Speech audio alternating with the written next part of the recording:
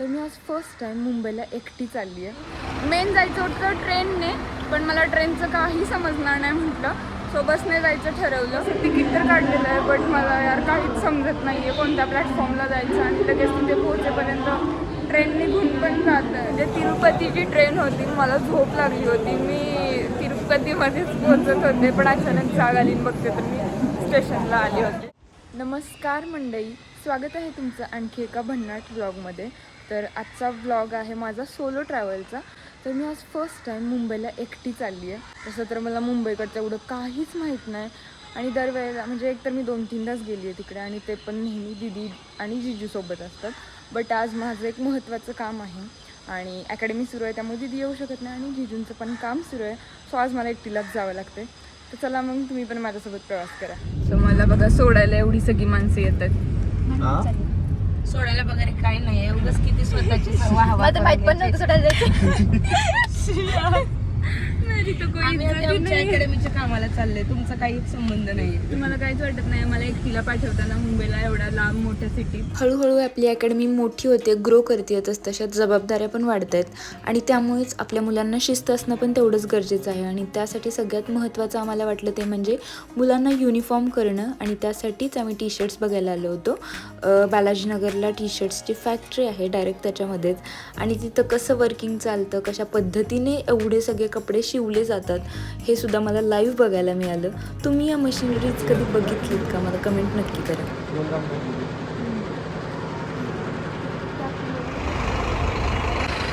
So आत्ता मी स्वारगेटला पोहोचली आणि मेन जायचं होतं ट्रेनने, पण मला ट्रेनचं काही समजणार नाही म्हटलं, सो बसने जायचं ठरवलं. तर चलो आता बसचं तिकीट काढते. बघा गाडी आली आहे आणि त्याचं बुकिंग इथंच आहे, पण बुकिंग करणारेच गायब आहेत. फायनली तासभर थांबल्यानंतर आत्ता बस आलेली आहे आणि मला माहीत पण नाही कुठल्या स्टॉपला उतरायचं आहे, तरी बसती आहे मी. चला, बस मी आलेली आहे आणि घरात थोडा नाश्ता करून आलेली होती. सो आता आल्या पहिल्यांदा भेळ घेतली आहे, कारण प्रवास म्हणजे नुसतंच चरायचं काम असतं माझं तर. आणि त्यातल्या त्यात आज तर मला खूप बोर होणार आहे आणि झोपू शकत नाही, का तर मला कुठे उतरायचं हे माहीत नाही आहे, स्टॉप काही समजत नाही आहे. ठीक आहे, आणि त्यात शेवटची सीट मिळाली मला, त्यामुळे धडधड करत आता मुंबईपर्यंत जायचं. तर ना आत्ता कंडक्टर काकांना विचारलं, ॲक्च्युली तिथं जे बसमध्ये चढताना कंडक्टर होते त्यांना विचारलं बोरिवली बस दादरला जाते का, तर त्यांनी हो म्हणून सांगितलं. आत्ता मी विचारलं बसमधल्या कंडक्टर काकांना की दादरला जाते का, ते बोलले नाही. मग म्हटलं आता उतरण्यापेक्षा दुसरा स्टॉप विचारला. सो इथून मला आता प्रियदर्शनीला गेल्यानंतर उतरा म्हटले ते, आणि देन तिथून मग नेक्स्ट गाड्या पकडायच्या. तर ते प्रियदर्शनी कुठे आहे हेही मला माहीत नाही आहे, बट ठीक आहे चलो, आता ऑप्शन तर नाही आहे. मला ना वारंवार महामंडळाच्या इथं आलेला एक अनुभव म्हणजे जेव्हा आपण लेडीजला हेल्प मागायला जातो ना, त्या अजिबात प्रॉपर हेल्प करत नाहीत आणि खूप रूडली आणि ॲरोगंटली बोलतात. आणि आज पण तसंच झालं. मी मगाशी जसं की बोलले ते आपण बुकिंग करणार होतो, तिथे मी त्यांना व्यवस्थित विचारलं, बट त्यांनी मला काहीच प्रॉपर माहिती दिली नाही आणि त्यामुळे मी चुकीच्या बसमध्ये बसले. बट तरी पण या दादांनी मला हेल्प केली आणि मला इवन रूट पण सांगितला कुठून कसं जायचं एक्झॅक्टली. सो या लेडीजच असं लेडीजशी का वागतात याचं मला उत्तर अजून भेटलेलं नाही. बाकी तुम्हाला कधी हा अनुभव आलाय का नक्की सांगा. बट येस खूप जास्त ऊन आहे, त्यामुळे प्रवासाचा असं ताण वाटतं. तर मला जायचं होतं दादरला आणि दादरची बस पकडायची होती, पण मी चुकून बोरिवली बस पकडली, कारण मला एका कंडक्टरनं सांगितलं होतं की ती बस दादरला जाते, बट ती जात नव्हती. सो मला इथं प्रियदर्शनीच्या स्टॉपला उतरून मग पुढे दादरची बस पकडावी लागली. बघा मला आता इथून PMT मिळाली आहे, पण इथल्या PMTचं ना हे सिस्टीम बघा, इथं मध्येच एक सीट आहे, इथे मागच्या साईडला असं स्पेस रिकामा, इथं सीट टाकू शकत होते बट नो. तर फायनली मी आलेली आहे दादरला, दादर स्टेशनला, आणि इथून आता लोकल ट्रेन पकडून मला जायचं आहे CSTला. फर्स्ट टाईम मी आता स्वतःहून ट्रेनचं तिकीट वगैरे काढते आहे. तर मला कुठे काहीच सापडत नाही आहे लोकेशन एक्झॅक्ट की कुठलं तिकीट काढायचं आहे.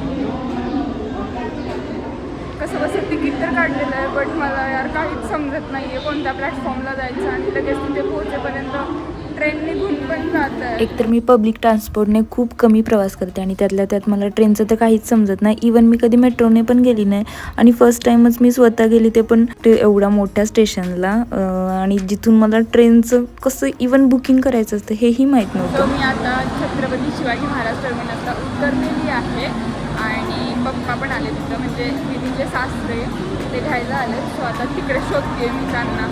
तर इथं स्टेशनला मला घ्यायला दीदीचे सासरे आले होते आणि त्यानंतर माझं जे काम होतं ते करायला गेलो आम्ही. आता ते काय होतं ते तुम्हाला लवकरच समजेल, बट आत्ता मी ते नाही सांगणार. बट येस, ते काम झाल्यानंतर मला लगेचच 1 डे रिटर्न करायचं होतं. सो ते झाल्यानंतर लगेच परत मी रिटर्न ट्रेनचं तिकीट काढलं. माझं जे काम होतं ते तर झालं आहे आणि आता परत रिटर्न लगेच मी निघाली आहे. आता जवळपास 7:30 वाजलेत आणि 8:15ची ट्रेन आहे. तर पप्पा इथे सोडून गेलेत मला आणि इथे मला परत ट्रेनने जायचं आहे. आणि इथली गर्दी तर बघा, पहिल्यांदाच बघते मी एवढी गर्दी, कारण संध्याकाळच्या वेळेला जरा जास्तच असते आणि जनरली मी सकाळचंच येते जाते. भूक पण छान लागली आहे. स्वतः इथे काहीतरी कॅन्टीनमध्ये खायला घेणार आहे आणि देन रेल्वेची ट्रेनची वाट बघत बसायची. चुकून पण ना स्टेशनवर काहीही खाऊ नये. खरंच बाहेरून तुम्ही काही पॅक करून न्या, पण अजिबात इथं काही खाऊ नका. हे बघा 45 रुपयाचा हे सँडविच होतं, बट ते एकदम टेस्टलेस होतं, बट ऑप्शन नव्हतं. सो 8:15ची बस ट्रेन होती आणि 7:30 वाजलेत. तर मला वाटलं की लवकर अजून खूप वेळ आहे आणि बघते तर लागली आहे बस, लागली आहे ट्रेन आत्ताच. सो आता ट्रेन मी आली आहे, पण अजून अर्धा तास आहे ट्रेन हालायला. सो डोकं दुखत होतं, स्ट्रेस पण आलेला, म्हणून चहा घेतला. पाणी आहे अक्षरशः. माझं काम किती वेळात होईल आणि एक्झॅक्ट मी कितीला निघणार आहे रिटर्न हे काहीच कन्फर्म नव्हतं. त्यामुळे आधी बुकिंग केलं नव्हतं आणि त्यामुळे ऑन द स्पॉट बुकिंग करायला गेलो आणि म्हणजे सगळे काही सीट्स बुक होते, स्लीपर कोचमधले वगैरे, आणि त्यामुळे मला जनरलचं तिकीट काढावं लागलं. आणि जनरलच्या डब्यात बाप रे बाप काय गर्दी होती. म्हणजे मुंबईचं जीवन ना खरंच लोक कसे जगतात माहीत नाही. मला तर इथं सर्वाईव्ह करणं अजिबात पॉसिबल नाही. आणि मी तर खरं ॲडवाईस देईल की बसच्या आणि ट्रेनच्या तिकीटमध्ये पण एवढा काही फरक नाही, टाईममध्ये पण एवढा काही फरक नाही. सो मला तर वाटते की बेटर आहे. तुम्ही जनरल डब्यात प्रवास करणार असाल तर त्याच्यापेक्षा तर बसचा प्रवास एकदम बेटर आहे असं वाटतं. आणि तो अनुभव मी घेतला आणि मलाच तिथं मी का या डब्यात तिकीट काढलं असं झालं की मी बसने निवांत आरामात गेले असते. इतकं सफोकेशन होत होतं ना, खरंच साधा श्वास घ्यायला जागा नाही, इतकी जास्त गर्दी होती. बट येस, कल्याणनंतर थोडी गर्दी कमी झाली, बट परत तेवढेच पॅसेंजर भरले. पण ॲटलिस्ट नशीब हेच की मला थोडी जागा तरी भेटली होती बसायला.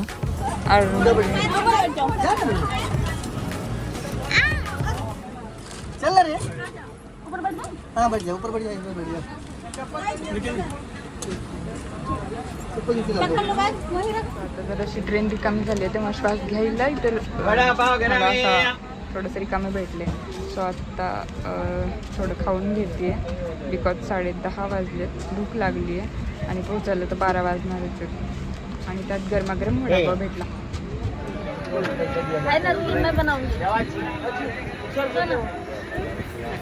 हे काका तर बघा बिचारे झोपून इथं खाली झोपून प्रवास करत होते. यार मला खरंच वाईट वाटत होतं, पण कुठेच जागा नव्हती तर करणार तर काय.